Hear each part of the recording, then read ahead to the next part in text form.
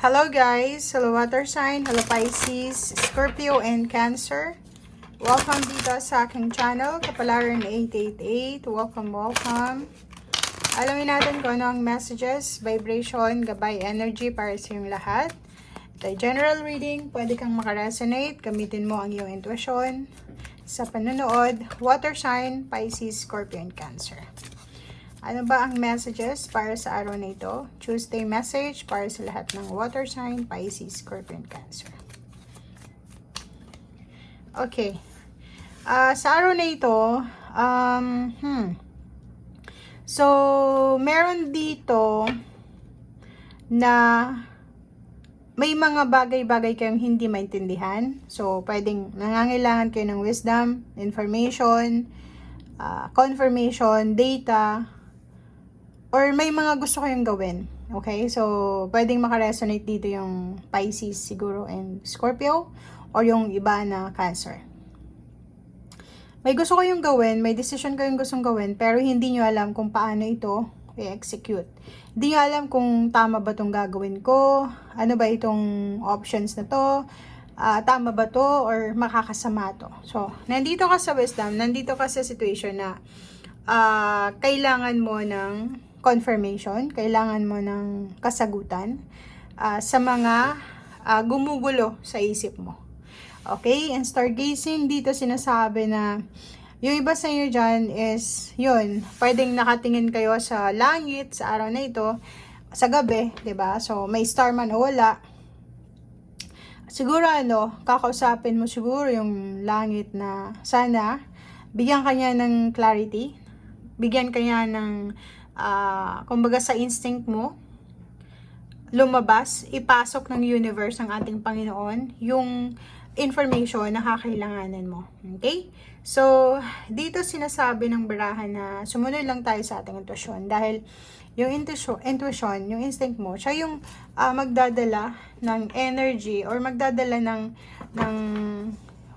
yung flow ng energy sa buhay mo, siya yung babalanse. Okay?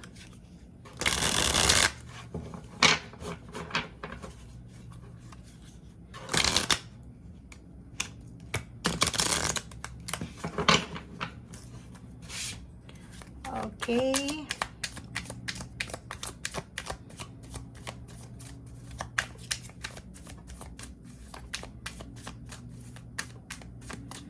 Water sign, Pisces, Scorpio, and Cancer. Sabi ko na 'di ba? So, nandito ka sa Two of Swords. So, etong wisdom na ito is undecided ka. Medyo confused ka, medyo undecided ka. Parang ang dami-dami mong tinatanong sa ngayon. Like, decision making to para sa yung personal life, sa career, sa travel, sa family, or pwedeng sa isang tao na gusto mong tulungan, or dito sa taong ito na hindi mo alam kung ano yung solusyon na gagawin mo para sa kanya. Okay, so comment down below, water sign, if nandiyan ka sa situation na yan na may gusto kang gawin pero nahihirapan kang gawin. Okay, so temperance. So sa ngayon, sinasabi ng bara sa'yo na konting tiis pa. Konting tiis pa sa araw na ito. So kung hindi ka naman nagmamadali or kung parang sinasabi ng barahan na huwag kang magmadali, 'di ba? So temperance, kailangan mong magkaroon ng pasensya sa araw na ito. Huwag kang gagawa ng desisyon. Hintayin natin yung right timing kasi sinasabi ng bara sa'yo dyan na kung confused ka, kung hindi ka sigurado sa decision making mo, wag nating gagawin ang decision making na to. Okay? Six of Wands and Magician, no? Diba? So, sinasabi sa'yo dito guys ang baraha na may posibleng success na darating sa'yo. So, kung halimbawa man na confused ka sa decision making mo, it's either personal, career life, or naman to, travel, movement, sinasabi ng baraha, huwag kang mag-alala kasi ang araw na ito is parang bibigyan ka ng universe ng isang magical moment, magical na araw ito, na yung mga minamanifest mo ay posibleng makuha mo. So, victory and success, recognition, rewards, awards, salary increase, new friends, new connection, new environment, new face mates, bagong kapitbahay, Maraming tao yung makaka-appreciate siguro sa'yo. Maraming mga tao yung parang magbibigay sa'yo ng papuri. O maraming tao ang pwedeng nakatingin sa'yo.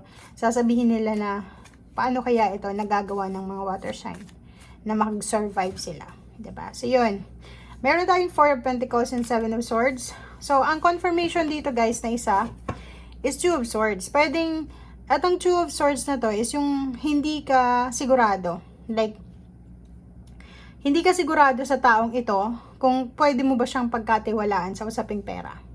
So, kung makikita mo dito, 7 of Swords and 4 of Pentacles, meron ka na saving siguro, or financially, wala ka naman na scarcity na pinagdadaanan. Or pwedeng may scarcity, pero mayroon kayong mga konting sinusuksok na pwedeng dukutin. Okay? Dito sa 4 of Pentacles is, it's your savings, your money, inheritance, financial, tangible things, physical things, pera. Mag-iingat ka sa araw na ito. Mag-iingat ka sa mga kausap mo, lalo na sa mga social media, sa mga ways ng communication, email, chat, or kano pa man. Dahil posibleng manakawan ka sa araw na ito. So, kung makikita mo to, sinasabi ng 4 of Pentacles and 7 of Swords na may isang tao siguro na posibleng magnakaw sa'yo, or isang tao na binabala kanyang nakawan, lokohin, scam, or pwedeng sa araw na ito, malaking halagang pera yung mawawala sa'yo. Like for example, kung ikaw ay may business na i-open ngayon, pwedeng hindi ito matuloy. So, yung benta mo for today is hindi mo siya makukuha. Or pwedeng like ma-cancel na mga biyahe, so gusto mo mang-refund pero walang magagawa ka. So, hindi mo makukuha yung pera. So, pwedeng maraming pera ito na posibleng mawawala sa'yo sa araw na ito. Yung iba, expected yun na, pero yung iba, unexpected siya. Okay? So, comment down below.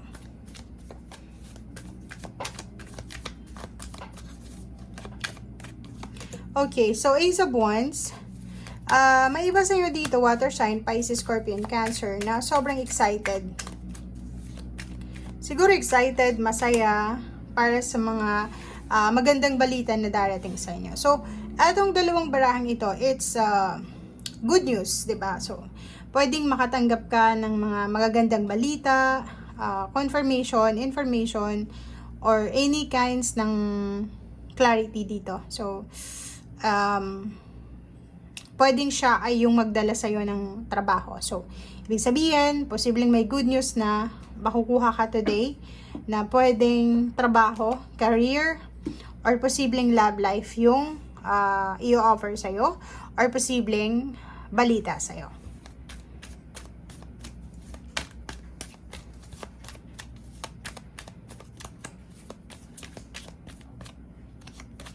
Okay, Nine of Pentacles. Okay. And then, Knight of Wands. So, kung makikita mo dito, etong barahang ito, na 9 of Pentacles, is dito to sa 8 of Wands. So, isa siyang good news, isang magandang balita to, especially doon sa mga water sign na Scorpio and Cancer. Scorpio and Cancer, pwedeng yung iba sa inyo dyan is unexpected ito. Unexpected na may mag-offer sa'yo ng work. Unexpected na may manligaw sa'yo. Or may mag-offer sa'yo ng assistance, protection sa financial and personal life. And dito naman, posibleng may isang tao na sobrang yaman, sobrang asensado siya. Progress yung ino-offer niya sa'yo. So, pwedeng work ito, pwedeng may mag-offer sa'yo ng part-time, or ang offer nito is after New Year. So, pwedeng sa araw na ito makausap mo ang employer na to, or yung boss na to, or kung sino man ito, na pwedeng siya ang magbigay sa'yo ng hope, pag-asa, para sa financial mo. Okay? So, Knight of Wands, sinasabi ng bara sa'yo dito na maraming magandang balita na pwedeng dumating sa'yo starting sa araw na ito, lalo na sa usaping pera. So, expected the unexpected, diba? Expect the unexpected. Kasi hindi natin alam eh. Kung makikita mo, may victory and success dito, may magic, diba? Meron ditong good news, merong excitement, happiness, passion, Marami ditong pagbabago sa trabaho, financial achievements, and new beginnings. Okay? Thank you guys and see you again. Bye!